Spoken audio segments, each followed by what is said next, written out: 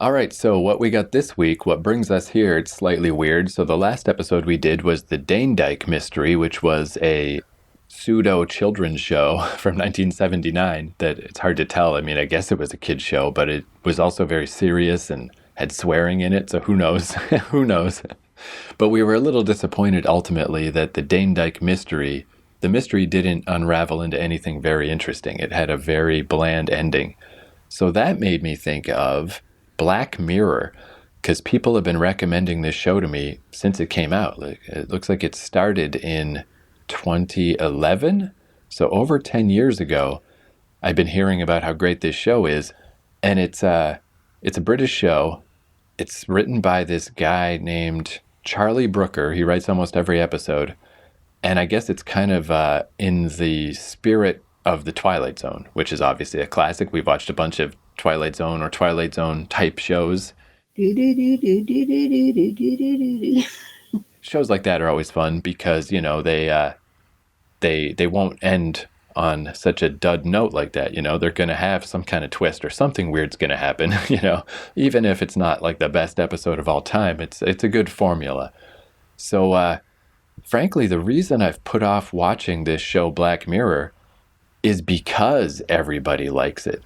And I mean, this might sound counterintuitive, but I've literally never heard anybody tell me anything bad about this show. You know, they'll say like, oh, this episode was better than that episode. But literally everyone I know likes this show. And that's like a weird position to be in when you're late to the party. Because now I'm under all this pressure of like, I kind of have to like this show or I just have to keep my mouth shut for the rest of my life. You know, like I don't want to talk to my friends and go like, oh, I finally watched Black Mirror. I didn't like it. You know, I don't want to be that guy. You can like it, and if it's no good, I'll not like it, and there I'll put in all the beef about it because hey, I'm of an age that it doesn't matter. My friends won't know what I'm talking about. Yeah, I'm still a little too tangled up. Yeah, with social mores. But I mean, I don't think that's going to happen. I'm sure it's a good show. But, you know, it's just, you never know. Like, you do get these shows that people really talk them up big. And, like, that's a bad thing, too. It's a bad way to come into a show. It's better to have no expectations or to not know.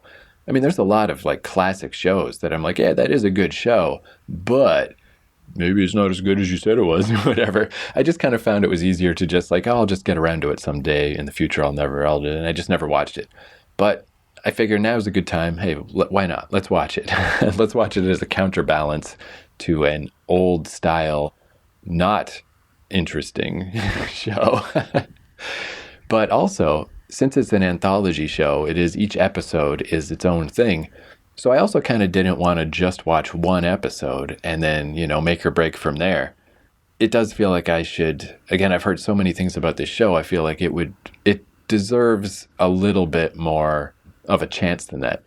So I saw that season 1 of this show, you know, each episode is like 40 minutes, an hour or whatever. But season 1 is only 3 episodes. So, if I'm going to dive into Black Mirror, I figure let's dive in all the way. Let's watch all 3 episodes of season 1, and in between we'll review each one. And then I'll feel like if I just watch one episode, I feel like I'm not being fair to it. But if I watch the whole first season and then come what may, you know, I'll let my decision be my decision, but I'll feel good about however I feel after I watch 3 episodes. Fair enough. So I guess we'll just start this week with episode 1. Because you know what? It's not fair to watch just one show, especially if it's the first show, because usually the first show has had a whole lot of effort, research, whatever put into it because they're trying to sell it. And it oftentimes, and sometimes the first show has got so much explanation in it that it really isn't a true picture of what the show is really all about either. So yeah, it really isn't fair to pick one episode only, and unless it completely stinks and you're saying, you know what, I would never watch another second of something to do with this because it's so bad. But in fairness to most shows, you should watch them all together like you're going to do here, or if they run for a long term, pick one from the first season, one from the middle, one from the end, that kind of stuff, and see how it developed. That's only fair. And it is nice, too, that this one is an anthology. Like, you can literally just watch them in any order. You know, we're going to watch the first 3 in order. But But that's kind of nice too, because that was a downside to the Dane Dyke Mysteries is it was a six-parter that should have been a two-parter. It was like a lot to sit through. And that gets even worse with like a modern day show where it's like, oh no, like it's like a 3-season show, but it's like, each season is like a 16-hour episode. And like, you're in for a penny, you're in for a pound. It's like a lot. So that's another nice thing about Black Mirror. It literally is fine if we just watch 3 episodes, like that's fine. It's an anthology. It's okay. So yeah, it just seems like the right show at the right time. Usually I do, some research about these shows, but like I don't even know who is Charlie Brooker. Is he one of these guys that's famous in England? He's from Reading. He's 53 years old. Went to the University of Westminster. He's a presenter, a social critic, screenwriter, producer. So I don't know, but basically I'm kind of deliberately not looking up much about this show because I figure I can do that later. Let's just go in only knowing that it's an anthology show that is like twisty and clever. And that's all we know, but that's fine. Okay, fair enough. So yeah, from 2011, Black Mirror Season 1, Episode 1 is called The National Anthem. Oh, I did hear somewhere, I do think this is kind of neat. This might not resonate with you as much because you don't have a smartphone, right? You just have the little flip phone. Yep. But the term Black Mirror is, here, I'll just show you like on my phone here. So you got your phone and you're looking at your phone or whatever and doing your stuff. And then when you turn off the phone, suddenly you see your own face reflected in the black mirror. And it is kind of true because like you might not notice that you have like a bit of a sour expression or or you're having a bad day or something, and you don't realize till you see yourself in the black mirror of your phone and you're like suddenly you have this self-awareness of like maybe looking at this phone is not making me happy. So that's what I heard the name Black Mirror refers to. I don't even know if that's true, but that's what I heard. Well, then every time when you're looking in your phone, just paste a fake smile on so that every time it goes to black, you're smiling. Yeah. Yeah, there's nothing psychologically unhealthy about that at all. Just tell me what's happened. And what is it? I'll be right down. What's happened? Susanna. Susanna? Princess Susanna. Is she all right?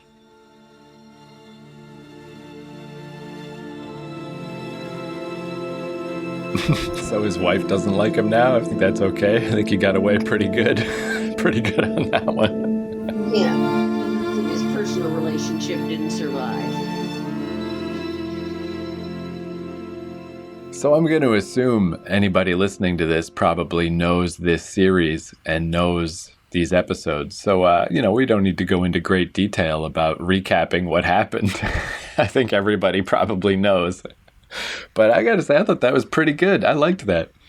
The whole idea was so absurd. But when you put it at various levels of what people in public office have to deal with, like sometimes stuff is so ludicrous. I mean, this was beyond the pale here, obviously, but it was the reaction of the public that was so realistic. Like everybody's got their little phone, everybody's got their little looking for the next little piece of sensation. And despite how horrific it was at the time, a year later, everybody's forgotten it. Let's move on. All that embarrassment is all done with because we live in such a world that is so caught up in all this social media stuff where it's the moment is what is so intense and everybody's all wild and crazy about it. And then it's over and they move on to some other piece of sensationalism. Yeah, I think that's what's so funny about this in general is, I mean, I would bet dollars to donuts that the origin of this was just Charlie Brooker sitting around with his friends drinking, and you just say like, well, what if a terrorist made you do this? What if a terrorist said you gotta fuck a pig, and then they talk it out, because you can tell there's so many details that they probably sat around talking about this for like 3 hours, and it's just like a funny joke.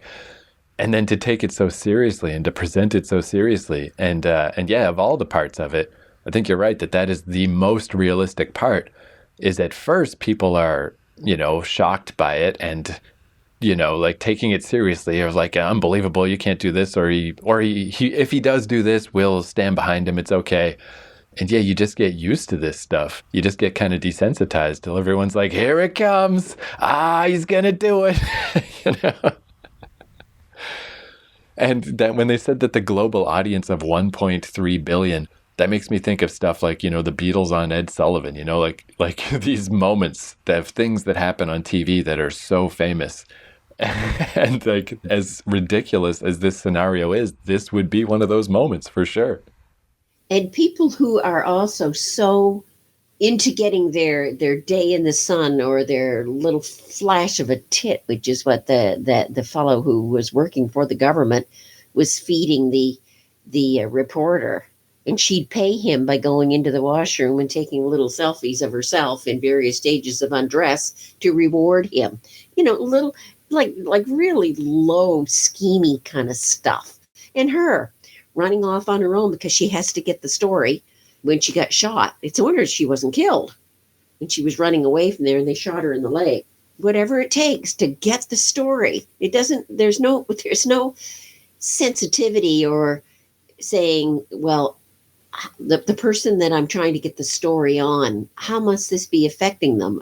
None of that. It's just like, get the story, get it out there, satisfy the public, get whatever it takes. Yeah, because I think it is also funny on that level. I mean, I feel like that is a relatively realistic representation of what would happen. But even if it wasn't, even if you just look at this as though it were, 24 or something, just like one of these TV shows that's like a thriller TV show, even if you look at it that way, they played that side of it so straight. Like this is what a TV show would do or how a TV show would act. But at the core of it is like a joke you tell your friend at the pub. It's a guy fucking a pig. Like, yeah, that's what was so neat about this is, like they're just put in this circumstance where they have no choice but to take this thing that is clearly just like a joke. They have to take it seriously. They have no other choice. And the thing that really made me feel like, that this was one of those conversations you have with your friends where you just keep coming up with more and more things is right before he went to film it. Because this is one of these little things I wouldn't have thought of, like this is where you're several layers deep down into it, is when he is advised not to go too fast because they've talked to psychologists and stuff. And, the public view, if he goes too fast, the public might think that he wanted to fuck a pig or that he turned out not to mind it.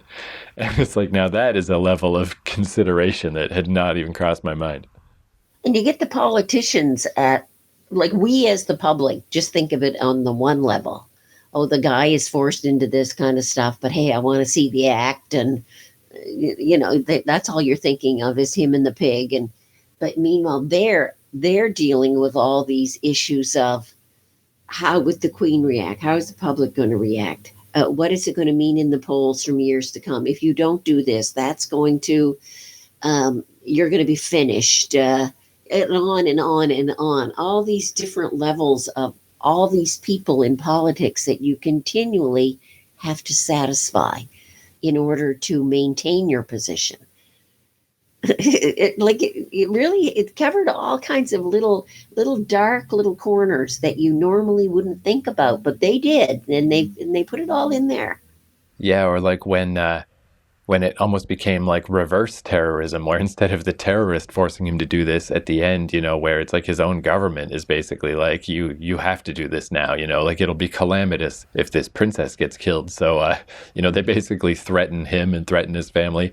And, I think of that more in the American side is what we know more about being from Canada. But you hear so many of those stories. I mean, they've never been confirmed, I don't think, but about X, Y, or Z president and like, like or Bill Hicks had an old joke about it of like, you become president and then they show you the JFK assassination from an angle you've never seen before. And they ask if you have any questions. It's like, you're not really in control just because you're the prime minister. Who gives a shit?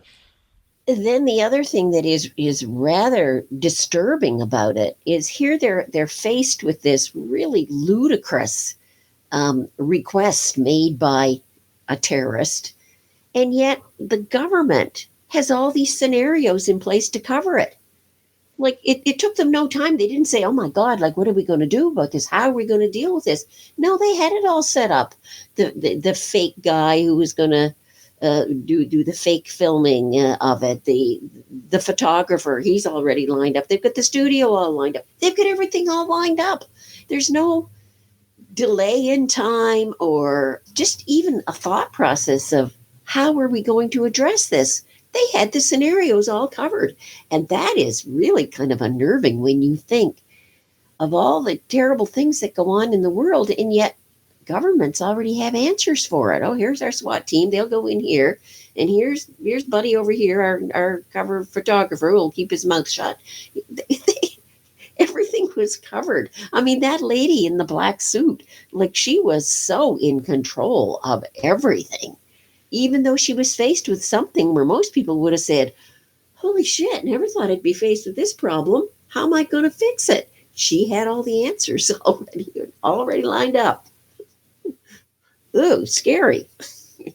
I guess, though, the other side of that, though, that I do think of sometimes is also on the other side of the coin. It's probably easy to assume that somebody's in control and somebody's in charge, and there's a shadowy cabal that has everything, locked down. But then I think about like COVID, and it just seemed so absolutely clear that nobody had a plan for anything and no one was in control at all. And that was eerie in a different way of like, what if COVID had been worse? What if it was like the stand? What if it was the super flu that legitimately killed 99% of the population? I mean, I think it just would have happened. Obviously, nobody had a fucking plan.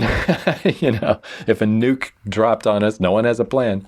But the joke about that is everybody's kind of known that there will be international viruses that will affect the world. And I mean, that's been for decades and decades and decades that they had to have known this stuff.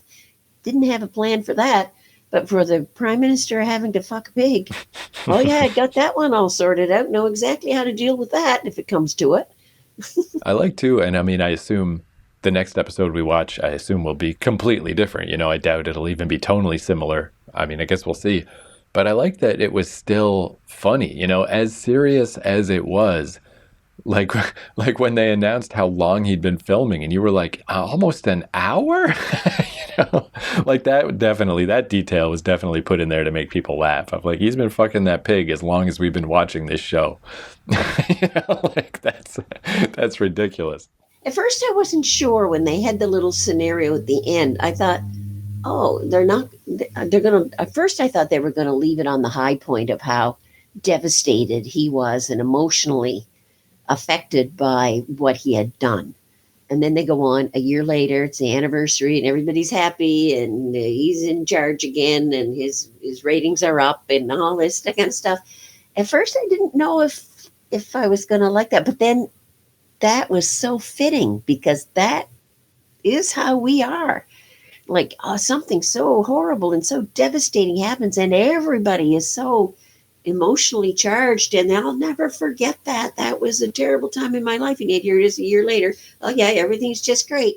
The only thing in that man's world that was affected was his personal relationship with his wife. She obviously couldn't get over it, but everybody else could, himself included.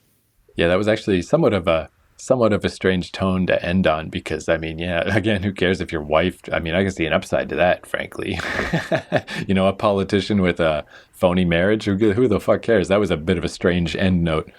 But yeah, overall, I'd say off to a very good start. That was a good show, man. I think everybody did not steer me wrong. Yeah, very good show. Very good show. I gotta give that a number 10, and particularly because of all those different levels that it was operating on. It wasn't just a story about terrorism and the prime minister being put in an awkward situation. It had all these other areas where it touched on social media, the press and how they react to things, the pressure that people in government are put under, handling of government. I mean, it just went on and on and on. Really, really well done. Yeah, and even in 2011, when this came out, obviously it's even more so now. But just even stuff like the absurdity of the news refusing to cover something in the Facebook, Twitter world. It's like, why? Who are you kidding? like, like it's too late. That world does not exist anymore. Everybody's already seen the video. Like, yeah, definitely interesting. Very well done. But then, even though they all had this, they started with this moral sense of, no, we won't go down that road. Other groups may be doing it, but we won't do it. But once it was determined that it was out there on Facebook and everybody was going to see it everywhere, Yahoo, they all jumped on and they all published it. Like, how fickle, right? That was neat too, because that was similar to what you were saying about how the government had all the contingency plans, where it was the same thing with the news guy, where he's like, we're not going to do it, we're not going to do it, we're not going to do it. And then they finally convince him, and he's just like, all right, you write the article about the historical significance of pigs, and you cover this, and you do that. Like, then it's all just... He had it all figured out too. But anyway, yeah, so let's hop on to episode 2, which is called 15 Million Merits. Okay. That one does that sometimes. Hang on. There's a little nubbin in here somewhere. It's almost the only real thing in there, and even that's grown in a petri dish.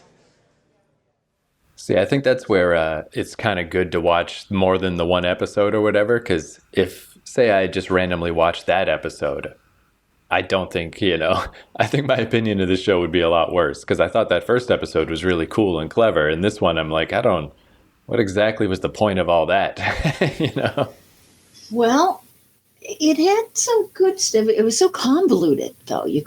There wasn't a whole lot of rhyme or reason for why things happen. But then I guess in life, there's a whole lot of things that people do that there's no rhyme or reason. And it's showing a future that's pretty friggin' bleak. And definitely unpredictable. I certainly wouldn't have guessed that this would be what episode 2 would be like. And especially since he seemed to be like the only one who seemed to have some sense of wanting to have your freedom of thought or whatever. But then in the end, he sells out too, just like everybody does. I guess, though, the difference, that first episode, the PM was put into this impossible situation of, having to fuck a pig on TV. And it's like, oh no, now what do we do in this impossible situation? Where I feel like this episode, it's a whole different type of impossible situation. Like, I don't know. I feel like if you're gonna go that heavy, I think you really got to have a message that is very worth it, like to literally build an entire society where it's like, all right, here's the situation. Oh my God, you're stuck in this world where it's just screens everywhere, and you just have to pedal on the bike every day to get your credits, and no one knows why, or no one understands what's going on, and you just are fed TV shows and porn and reality shows, and it's crazy. And it's like, yeah, okay. Why are you showing me this, though? What was your point? And whatever point they had to make was not nearly worthwhile enough to devise an entire hell world for, Yeah. It wasn't the first show, no question, was very clearly stated. You knew who everybody was. You knew who the power people were. You knew the situation, the impossible situation, was very, very clear. You knew that there really was no way out of that other than for him to have his little action with the pig because of his position in the world. There really was no other way out. But in this one, there were so many things that were unanswered. Like, obviously there's a strata of people. You got people who are in the upper world, who, like the judges in that show, they're obviously high honcho types. You got these gray people all dressed the same, riding on these bikes to get credits or whatever, and they all just seem to either be on those bikes or in those rooms with video stuff at them all the time. And then you've got the yellow people, the cleanup people, who obviously are really low because people throw food at them, and they have videos of them being put in embarrassing situations and being shot and killed and blood splattering all over the place. And they're obviously a very low strata. So you got three stratas here. And even the powers that be, those powerful people at the top, when you see that there's some way to get out of it, by being accepted on the singing show or the entertainment show or whatever the hell you want to call it. But even they can't ever get out, because in order to become famous, you've got to do all these degrading things and become very, sexual. Although it seems to be only the women that happened to, because he, at the end, when he buys into it and he goes and talks about committing suicide and all that stuff at the end, that's a show that he can never get away from either. But he doesn't have to do degrading things like the women, who all have to be involved in pornography of some sort, no matter how talented they might be. Yeah, I guess where it's hard to sink my teeth into. I guess maybe the difference is that the impossible situation in the first episode, it was like compelling and interesting because maybe there is a way out. Maybe there is a way to figure this out. Let's navigate this insane situation. Where in this one, it's like, all right, well, I guess society's just over and everything is fake and everything is phony. And like, all right, well, then I guess it is. Like, I don't care then. Well, who cares? I don't know. It's just such a contrived situation that it's very hard to get invested in or to give a fuck. Like, I don't know. It's like it would have been nice if he did kill himself in front of them or if he stabbed a judge, but I guess it wouldn't matter. So instead he bought in. But that doesn't matter either. I just it was kind of interesting to watch on a surface level of like, oh yeah, there's some interesting ideas, but whatever the deeper message was supposed to be, went right over my head. This just felt like, I don't know, like something a junior high school student would write and be like, look at this edgy thing I came up with. Look at this crazy story. And you know what? Then at the end, double, triple twist, he's going to buy into it. Like, I don't know. This one didn't feel clever to me. There's clever elements, but the overall thing just did not feel well considered at all. It's like, if you're supposed to make me spooked out about the future of everybody staring at a screen, I'm not. I just didn't buy into it. So anyway, I mean, obviously still a well-made show, but now I'm kind of interested to see episode 3, because to me, this is a very clear example of like a really good episode and an episode I could have totally I wouldn't have cared if I never saw it at all. So what'll episode 3 be like? Because we're very much 50-50. Yeah. Well, one thing I've got to say, oftentimes you see these shows and they seem to operate on the same theme. So even though you have different actors in a different scenario, the premise is the same. Well, these, I got to say, we're not. These are two completely different shows. And if they hadn't both been called Black Mirror, you never would have made the connection between the two, because they were completely different. So in that sense, different.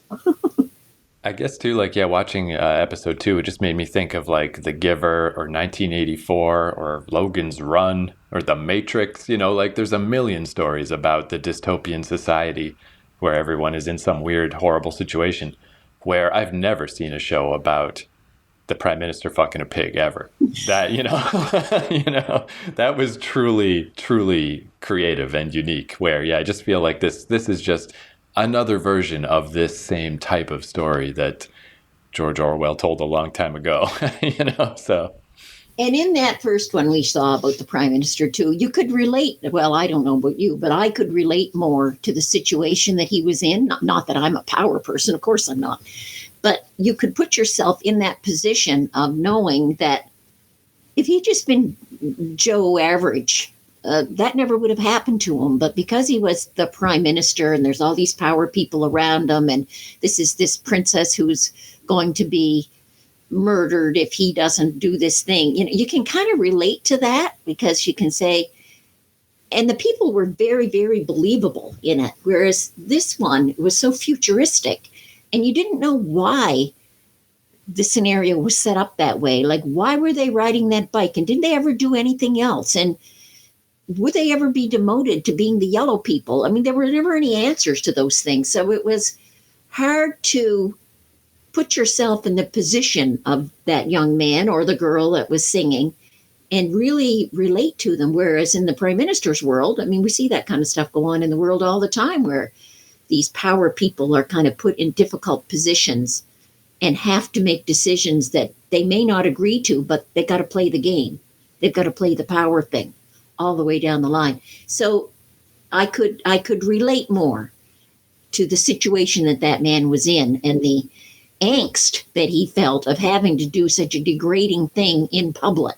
Whereas this one, I was more removed from it. I couldn't quite tie into all these people because I didn't understand why they were so isolated from each other and so like they could never get away to be with themselves anywhere. Like it was very depressing. Yeah, and like when the lady gives in at the talent show and agrees to just go be a weird porn person. Yeah, again, it's like it's hard to feel like, oh no, she's gone down the wrong path. Like, did she? What was the other path? I mean, if there's no other path, like the whole thing is set up that there's no other path. So who gives a shit what happens to anybody? Yeah, what was the other pass? She would ride the bike till the end of time, but Yeah. why? What was the point of riding the bike? Like, and as I said at one point, are they generating when they ride the bike? Are they like a windmill? They're generating energy that keeps the world going. Like, what was the point of them riding those bikes and getting all these points? Like, for what? Yeah, and that's the thing too, where like we were saying with episode one thing that was so compelling about it is the depth of how many levels that they did think about the scenario, like stuff that you wouldn't even think about yourself. You're like, oh, they considered this and they considered that. Where with this second episode, like it is kind of neat sometimes when you're presented with a weird situation like this and you don't have all the details. But I think it's palpable. Like you can tell when that if the writer knows the details, you know, like you can get a feeling that even though I don't know what's going on, the person who wrote this does know what's going on and did devise the whole scenario and knows. But I didn't feel that in this case at all. I think if you asked Charlie Brooker, and I think his wife co-wrote this one, I saw somewhere, that I don't think they could tell you either. I don't think they know. Like it just doesn't have that cohesion. It doesn't have any logical. It's just oh no, the world's a crazy hell world. It's like all right, okay, I guess. Like I just need more than that. I need a lot more than that. So Yeah. but I'm certainly interested in episode 3. Yeah, because I mean, episode 1 was so good that they could have a pretty good string of. Because even this, as a quote unquote bad one, you know, like I would say that one was much worse, but still like an interesting show to watch. Still a well-made show. Still a well-presented show. I liked it in a shallow way. I just felt like there was nothing to sink my teeth into with this one. So yeah, I guess let's just move on to number 3 and see what happens there. Alrighty. Liam Foxwell, welcome. Thank you. Okay, little speech time. I've been mentioning this to everyone about their appraisals, and I just want you to know that this isn't a witch hunt for the Deadwood, okay? It's much more of a treasure hunt for the gold. Shit stinks, but also cream floats. Okay, so I'm presuming he killed her. But did he kill the other guy? I mean, it left too much up in the open. Yeah, I don't know. I guess I didn't really go there in my mind because I do find most of these have had somewhat soft endings, you know, where, the twist is not necessarily anything too horrifying. Like in the first one, it was just that, the politician more or less got away with fucking a pig, just his wife didn't like him anymore. And in the second one, the guy has his breakdown, but then it becomes like a successful show. So I kind of presumed in this that it's just that his marriage is over. I don't think anything more than that. Well, I don't know. The only thing is he's so obsessive, right? He's one of these really abusive, obsessive husbands, like to the extreme. I guess, though, even that I kind of turned around on, where I was thinking that was like the one thing about this episode I was a little unsure about is that why is this guy such an asshole?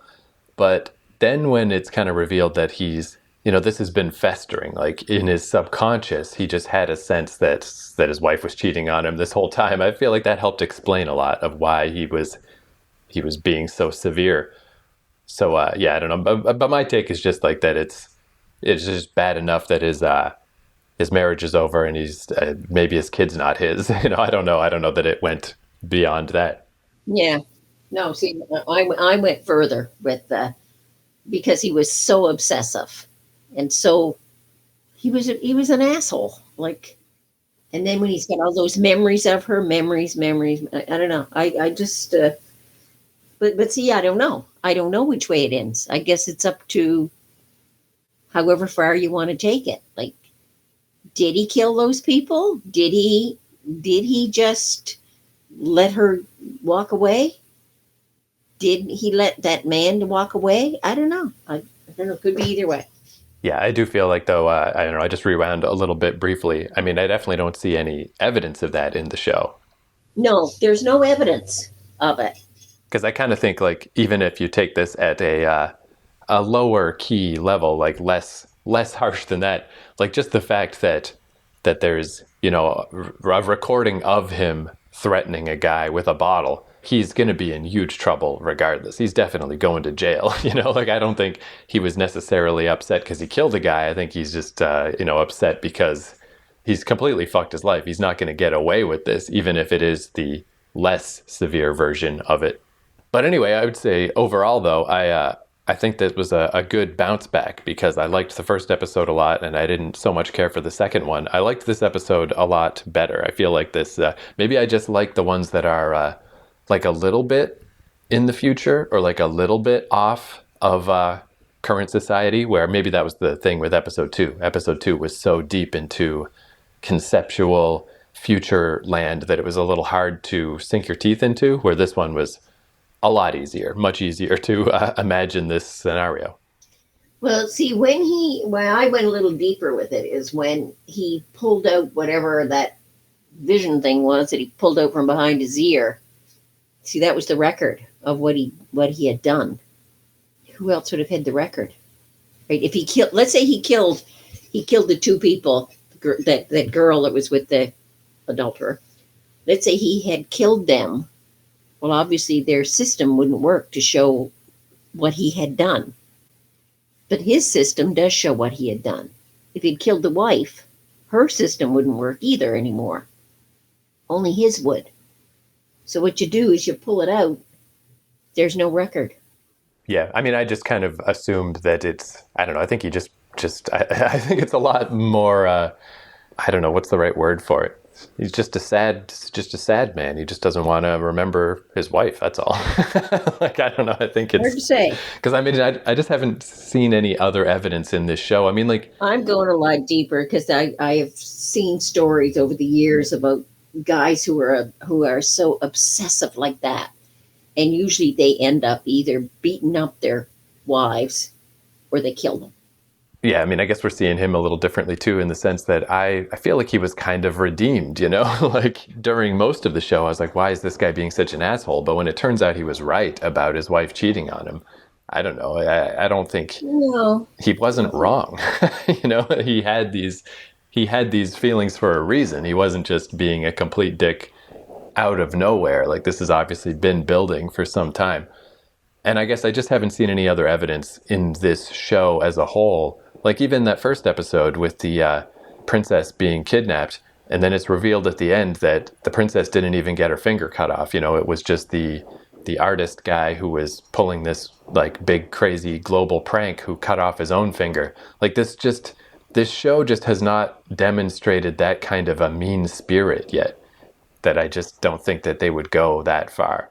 Okay, well, that's fair. For the tone of this show, I feel like your marriage falling apart and is enough. It doesn't need to be, you know, but it's certainly open enough that it could be either one. But I didn't even go there at all in my mind. I didn't even presume that.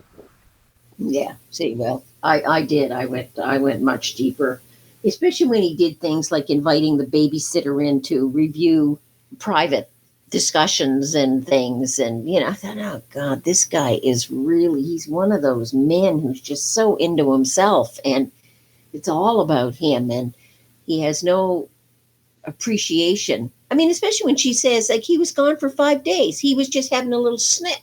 So he went off for 5 days. She didn't know where he was. He made no effort to contact. So she reaches out to an old buddy and gets drunk, and they have sex. Well, if he really loved her, he would have forgiven her for that. But now all of a sudden it's, was there a contact? Was there a condom? You prove it. Like, I thought, oh God, he's just one of these obsessive people. Even when he's at the interview at the very beginning, Okay, they say, we hope to see you again. Yeah, well, in my world, I said, you know what? Yeah, they're not going to call him back. But he's right negative right from the beginning. And even when he goes to the meeting or the house party and they're talking about it, she says, well, they said, well, there won't. He's just negative all the way. And I think, oh man, he's got problems. And other people are talking, and he's just kind of got this woe is me attitude. Like he's just so down and depressed, and then he becomes absolutely ridiculously obsessive. And all I'm thinking is, I'm watching those things, and I'm thinking, Jesus, you can't even have a simple look or a simple conversation at a house party, and it's all recorded and it all comes back to haunt. Like, what a world to live in. Christ. You couldn't say something off the cuff without it coming back to haunt you, because it could be taken completely out of context, and you couldn't even deny it because it's there. Ooh, how creepy.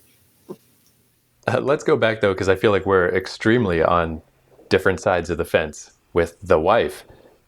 It's one thing, maybe to forgive her for banging this other dude. I mean, serious marriage therapy at the very least. But what if the kid's not his? What if that kid is the other dude's kid? Then should he forgive her and just go on like nothing happened?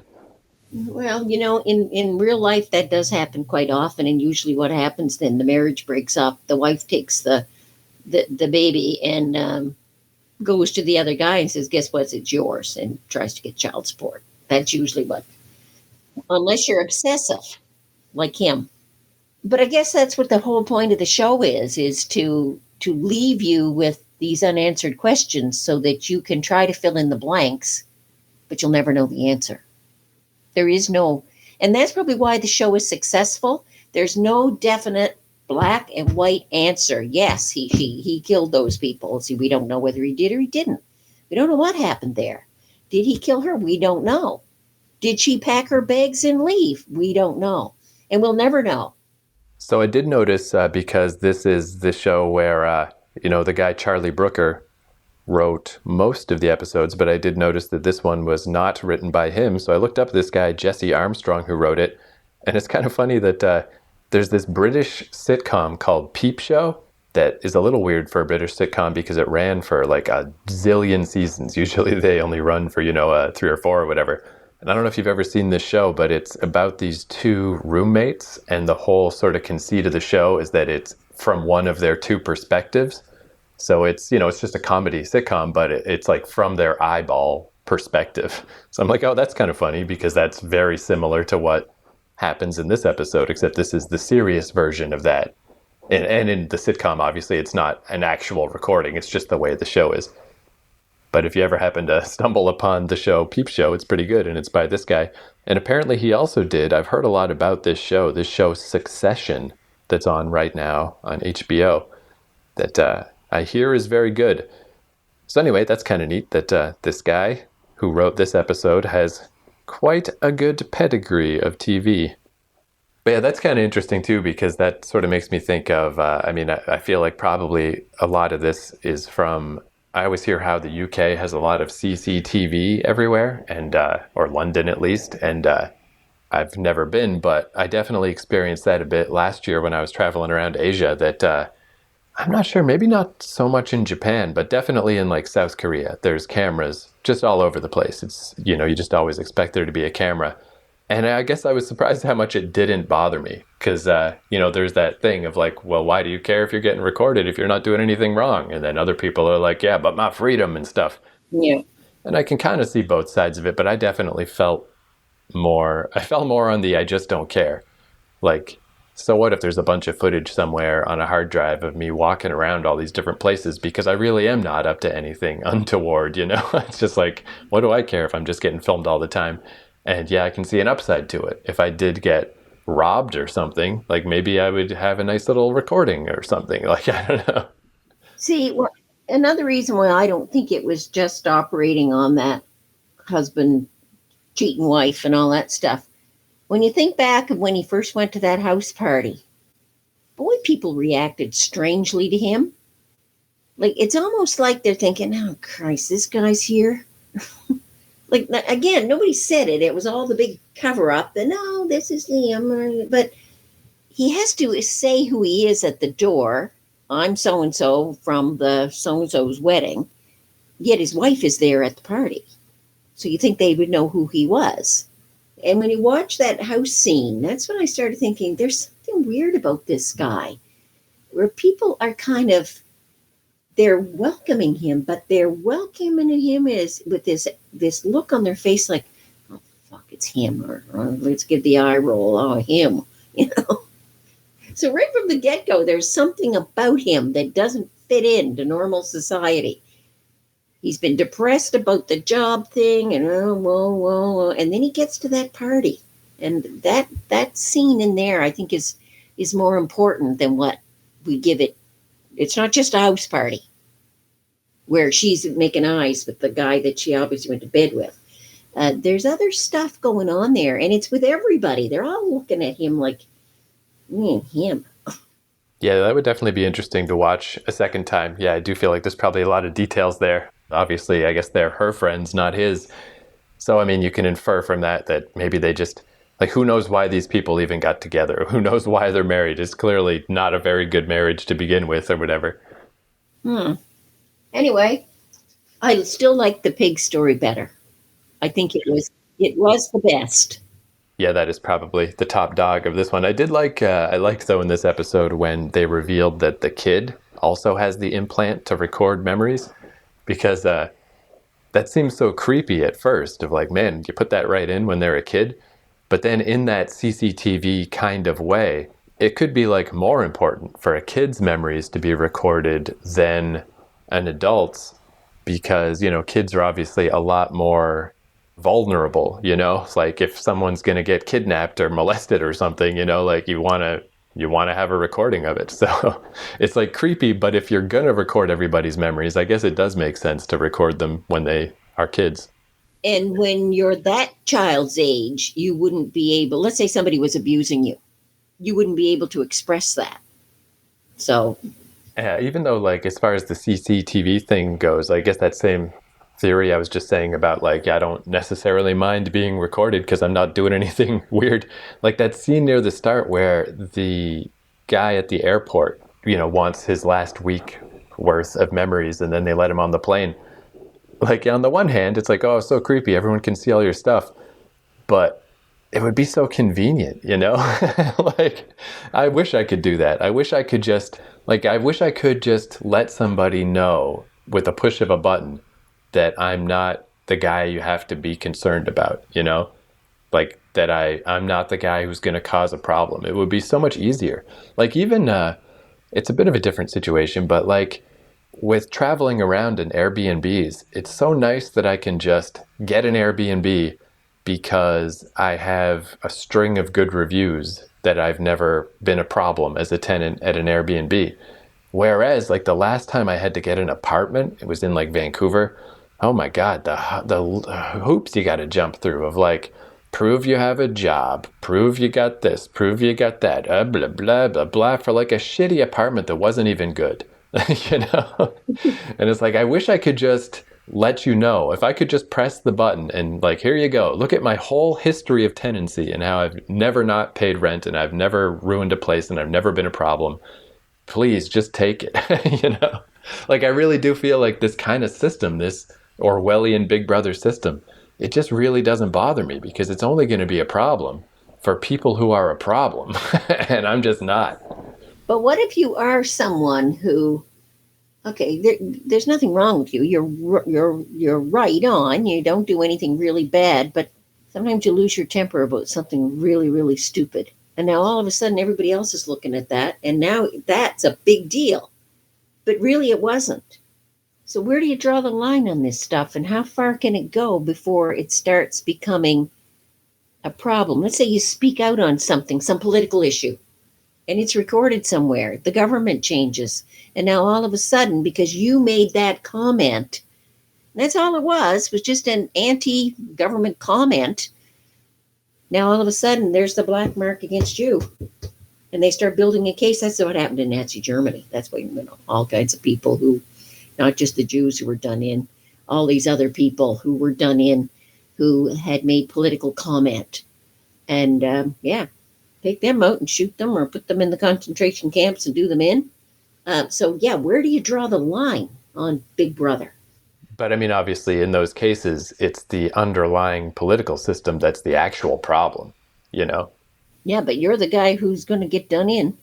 I mean, if it's like, well, to take again, like to take it as a smaller thing, because that's obviously, you know, the world's got bigger problems if we're back to Nazi Germany. But for the smaller situation of, yeah, you know, you lost your temper and you yelled at your vacuum cleaner or something, if everybody's memories of that were all available, we would just have no choice but to stop thinking that's a problem. You know, it's like, hey, that guy yelled at his vacuum cleaner. Here's 100,000 other people that also yelled at their vacuum cleaner. You know, like it would just normalize it. We would just normalize human behavior. It's like you couldn't pretend anymore that that's some horrible thing if everybody does it. You know? Yeah, I don't know. I mean, I know maybe it's weird, like on the other side, that I'm so not concerned about that. But yeah, I'm just not concerned. If somebody had all my memories, I'm like, go ahead, dude. You know, like I also kind of feel like people get hung up about being filmed or being recorded or pictures taken of them or whatever, because they have this like strange sense that they're important, you know, and they're not. They're just not.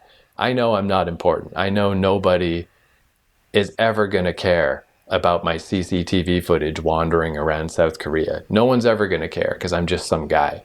But I know there's a lot of people that would feel like, oh no, I'm being watched all the time. And it's like, yeah, technically you're being watched all the time, but the reality is no one cares about you. No one cares what you do. You're not important. You're 1 out of 7 billion. And I do feel like people have a little bit of a hard time accepting that about themselves, that they're not special. You know?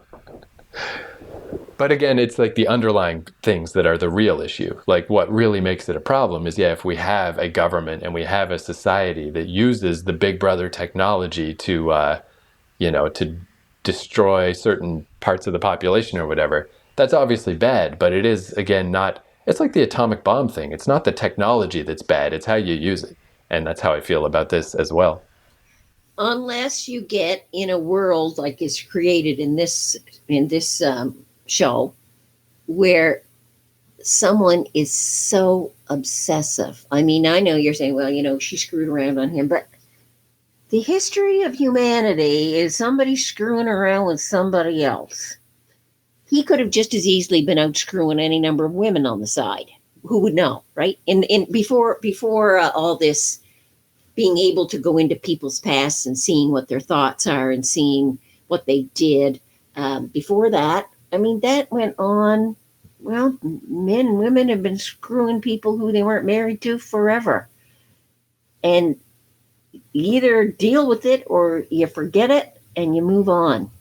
This guy was not willing to do that. But if he had not had access to all of that video of the past and going way back, like it wasn't even like yesterday or a week ago, he was going back years and able to access this stuff and build this case. It's really creepy. And yeah, they may not have been important to other people in the world, but they were important to each other.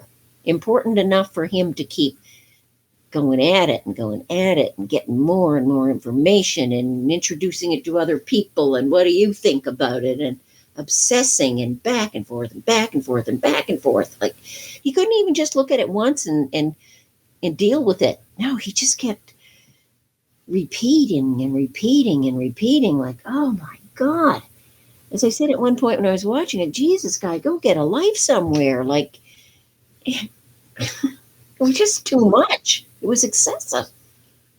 One thing, though, I think is kind of interesting is I still feel like where I just feel like the tone of Black Mirror in general does seem to be a little bit more of a simmer. You know, it's not, maybe that's why I didn't like episode 2. Episode 2 was too over the top, where what I kind of thought was going to go on here was that you could rewrite memories, you know, like when he was looking at his job interview, I thought he was going to fix his own memory so that he would remember that it had gone better than it went. You know, like I thought it was going to be much more dystopian than it is. The fact that it literally is just a recording that cannot be altered makes it a lot less bad to me. Like, it's obviously unhealthy and obsessive, but even if he didn't have the precise memories, I don't think it would have been that different for him, because he would have just been remembering his memories with his normal memory. Like, he still would have known there was something wrong in his marriage, and he still would have been the same kind of asshole.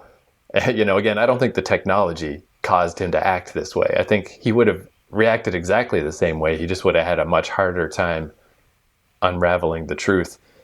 But yeah, this I guess this technology, like, yeah, I thought it was going to be so much creepier. I thought it was going to be like, you pay for, well, like the movie Total Recall.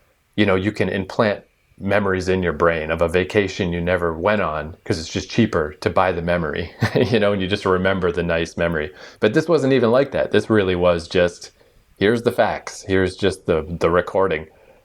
If anything, yeah, it's just like, how boring to just go back through all your, oh, look at this. I mean, like the guy with the frayed carpet, and going back through the old, or the guy obsessing over the party in the job interview. Like, yeah, this felt less dystopian to me, and just more like, how freaking boring. Like, oh my God. Yeah. Boring, but very demeaning to an individual like him. Okay, so he goes to the party and they keep egging him on. Well, let's look at the interview. Let's comment. Let's think what we see about it. Like, can you imagine you've just come out of an interview, you're feeling that you didn't do well at it, whatever was said. Yet people at the party, and humanity is like this. They want to comment on it. Like, and if you're feeling pretty like, geez, I don't know. And he tried to talk his way out of that, but oh no, let's look at it. Oh, somebody's with the notepad and they're going into extreme details, and you're feeling bad enough already that you probably blew it. And they're all commenting on it too and reliving it for you. Like, oh my God, what a terrible way to have to live your life. Like, that's the high point of the party, them dissecting your interview that you don't feel all that great about anyway. And if you didn't feel great about it when you went to that party, you sure as hell wouldn't feel good when you went home. Everybody else commenting on how bad you did. Oh, what did she write in that notepad? Oh, I think it was his. No, it could have been that. Oh, God. I think that's when I said, oh, good God, go get a life. Like, oh, Jesus. Yeah, and I think obviously there's a lot of analogs to, cell phones and stuff in the current age, where, yeah, I kind of like that they put in that character who had her implant taken out so she couldn't remember her memories. Because, yeah, like even in the modern era, like, you don't have a smartphone. I do have a smartphone, but I don't have a data plan. So like, I need to get Wi-Fi from Tim Hortons or whatever to go online. But I feel like that obsessiveness of like, once I do get to a coffee shop, I always do log on just to, I don't know, maybe I got an Instagram message or something. It's so hard not to, or just check your email or whatever. But it does get in the way sometimes too. Like, just trying to do laundry here in Toronto, they wanted me to download an app to use the laundromat. And it would have been so much easier if I could have done that. But I couldn't, because I didn't have internet. But I still prefer, you're at the most distance because you don't have a smartphone at all. I'm at a medium distance because I have one, but I don't have internet all the time. But most people do just have a smartphone and internet all the time. And yeah, it's similar to in this show, how everyone is obsessively going over their memories. Our version now is like, when you can always check your messages all the time, it's so hard not to. Like, that's why I don't have those like data plans, because I know I'll just always be pulling out my phone to check. So just to keep it reasonable, at least now I can only check at certain points in the day. So yeah, it's pretty easy to draw correlations to what's going on now. Okay, and speaking about that, okay, so when you're checking your, not you, but I mean, I see people with their phones are like, it's like 24 hours a day. What the hell could they be checking? Who the hell is so important that they're getting messages that are that important? Like, what are you going to have for supper? Where are you you're going to order an orange pop or a Coca-Cola? Like, what in your life is so important that everybody has to check all this stuff all the time? But that's what it was like in this movie. Like they would just go back and revisit these things and revisit and revisit over and over and over again. Like, God. And so, okay, you mentioned the guy with the carpet, how obsessed he was about his stupid fray in the carpet. Okay, all right, buddy. You said it once. We all saw it. But it kept coming back. Oh, the fray in the carpet, the fray in the carpet. Like, oh my God, get over it. So it's a fray in the carpet. Get a pair of scissors and trim it off. Get on with it. Yeah, that's what was quite funny about this. Because even at that point, I still thought it was going to be a memory rewriting thing. Like I thought that guy was going to spend some credits or whatever to fix his memory so that his 5-star hotel in his memory didn't have a frayed carpet. But that never happened. It literally is just he had a frayed carpet and he's complaining about it. It's like the most boring version. Not only did he complain about it, he ranted. And he ranted. And he ranted. Yeah, I guess it's that main character syndrome. That thing I was saying before about CCTVs and people have a hard time believing that they're not important. It's that thing. It's like you just think it's interesting because it happened to you. But it's not. It's just so boring. Yeah, exactly. But I respected that about this episode. I liked that it was so boring. Like it really wasn't. Like that's where episode 2, yeah, like they were trying to like devise this weird world that you're supposed to feel creepy about how awful the world is, and it was awful, but it was just like I'm like I don't understand why I'm watching this. Where I liked in this episode that yeah, I understand why this world sucks, and it's just because it's so fucking boring. And it's where we're all heading. It's like, man, holy crap. That's right. As I said, that's 2011. Here we are, 12 years, 13 years later, 14 years later. And yeah, it's getting more and more like that show. But yeah, in Total Recall, where Total Recall again was, false memories, it was about a guy who, he's like a secret agent or whatever, and he's going on a big adventure to Mars. But then the kind of twisty end is you don't actually know. It was like a Philip K. Dick story. You don't actually know if any of that's real or if he's just some average Joe who paid to put these memories in his mind so he would remember having an exciting life, even though he doesn't. So yeah, that's what I really did like about this Black Mirror episode is it wasn't that. It's not it's not a secret agent. It's not an exciting life. It's not even the prime minister. This really was a nothing story about nobodies, but it really worked well in that sense. Yeah, it did. Yeah, it did. And to deal with, I mean, they kind of went over the top a little bit with his obsessiveness, but it really wasn't over the top because there are people who are tied into that electronic world who it is all about their lives and how they feel about this. And he played that part perfectly. Because at the end of the day, it was all about him and how he felt downtrodden and how he felt that nobody appreciated him. His wife didn't love him. The kid probably wasn't his. At the job, he's a lawyer, for God's sake. And yet they kind of look down on him like, yeah, we're a big deal, buddy.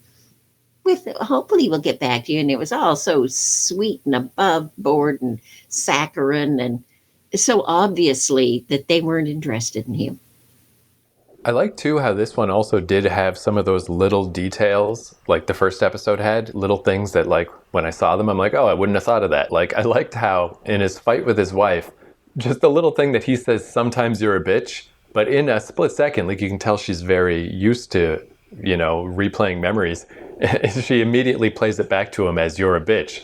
And he's like, you can't just take the first word out.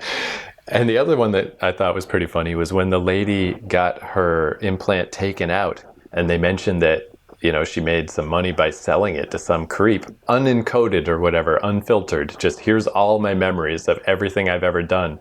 So yeah, some guy now can go through every time she ever took a shower, every time she ever went to the washroom, and I'm sure you would get big bucks for that. That's to the right kind of person. That's valuable, but so eerie and so creepy. So when he took his out at the end, what did he do with it? Did it show? I don't think it showed that. It showed the blood coming into the sink and it showed the razor blade dropping. But I don't think it showed what happened with that thing. I'm actually surprised he was able to take it out at all. I feel like maybe it should have been like, it would have been kind of a grosser ending if he kept gouging at himself trying to take it out.